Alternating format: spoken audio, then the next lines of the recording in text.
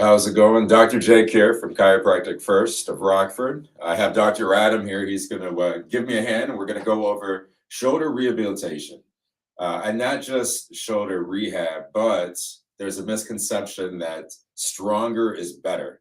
And I'm going to fight that notion, saying fluidity and range of motion is better. So when we look at a shoulder, the shoulder is the most mobile joint in the body, which gives us a lot of leeway, but also can get us in a lot of trouble. So first off, us being chiropractors and chiropractors first, we look at the spine. The spine is incredibly important, especially for the shoulder, because if the spine is losing its curvature and subluxations occur or impingements of the nerves, then the shoulder has to compensate in some way. And that usually occurs in less range of motion, so we don't get in trouble. Missed muscle firing patterns, which means the muscles aren't cooperating. And so that joint is basically getting thrown into different various positions that isn't the strongest or the healthiest. So as we get our chiropractic care, that will help the shoulder proper biomechanics. However, every once in a while, we might need a quick jump start. So that's what I'm going to talk about today. It's very, very easy exercises that you can do throughout the day that will bring in great, what you're going to hear, co-contraction, which means all the muscles are working as a team. Approximating the joint with the shoulder, we don't want a lot of movement ranging around within that joint. We want the muscles to help proximate, which means that humerus head is going into the cup and staying very secure while we make those movements. And what that'll do is that'll help increase our strength without any additional crazy exercises like going to the gym, because it's going to be a very healthy and properly organized joint. So first off, we are going to look at range of motion. And so that's what I'm going to have Adam here for. And the big ones that we're going to look at is adduction or abduction, I apologize. Adduction going back.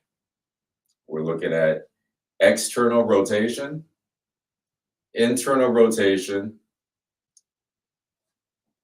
and then range of motion heading all the way to the back. When we do this movement, we want the back of the palm right up against the middle of the back. And we want equal range of motion on the left and the right side.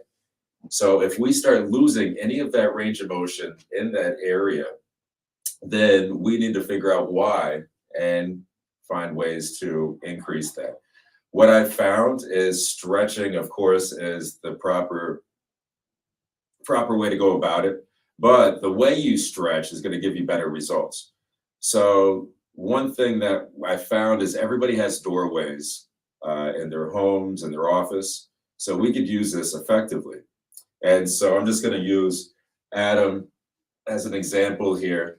So if we're looking to increase, let's say, external rotation, then we're going to have our arm on the side of the door, and we're going to lean in, and that's going to help stretch out the pecs. Now, if we wanted more rotator cuff stretch, then we're going to let that elbow down so the elbow is free and our hand is on the side of the door. And then we lean forward with the elbow coming forward. We could do the same thing with internal rotation,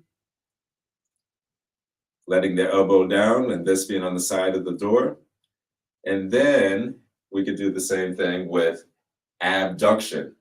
And so we're going to have our bodies to the side of the doorway and lean right into it. Now, another range of motion that we like to see is flexion. And this is very important. It's a very useful thing to do if you're grabbing something off the top shelf. You're going to want this full range of motion. So same thing. Stretching this is just as easy as the other ones. You're going to go straight on the doorway and lean into it where this whole arm is against the side of the doorway. So that's range of motion. The next thing we need to develop is fluidity of motion. And this might be more important than actual range of motion, because fluidity of motion means a healthy joint. If we could go all the way up, full range of motion, but we're jerky, then that means all those muscles aren't cooperating together. They don't know what they're doing. So fluidity of motion is something that takes work. And so the first thing we have to do is learn how to co-contract so those muscles learn how to work together. And a very easy, and you might find this difficult at first, but very easy exercise is you're going to use, let's say, the right arm coming over to the side, and you're going to feel for the lat muscle on the back. All right. And there's also a rotator cuff muscle called the teres minor that is very crucial, and that's a external rotator. Now, the whole goal of this exercise is to bring your elbow up and out so it's not touching anything. And you want to be able to contract that muscle, that lat and teres minor muscle, without pressing down the elbow. And so what I see first is when people do this, first, they have a hard time doing it. Second of all, once they're able to contract, they bring their whole body involved, and it's holding their breath, and it's a whole body contraction. The more you do this, the more you're able to isolate this muscle. And if you're able to turn this muscle on without bringing that elbow down, then you automatically contracted all the rotator cuff muscles, all the muscles around the shoulder girdle to approximate that humerus head. If you can make that a regular exercise and then a regular movement every time you pick something up, that's going to put your shoulder in a very positive and healthy state. Secondly, there is a very stupid thing I used to do in school. And I'm going to have Adam take one of these too, and we're both going to try it. So this is just a pen.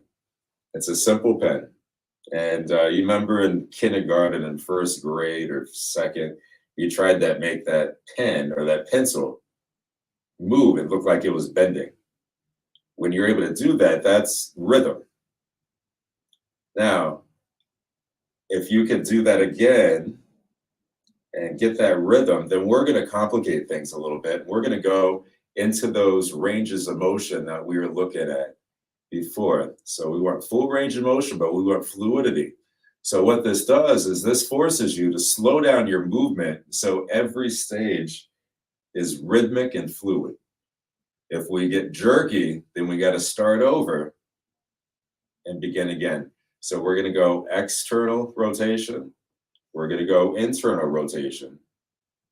We're going to go abduction, adduction. And we go flexion,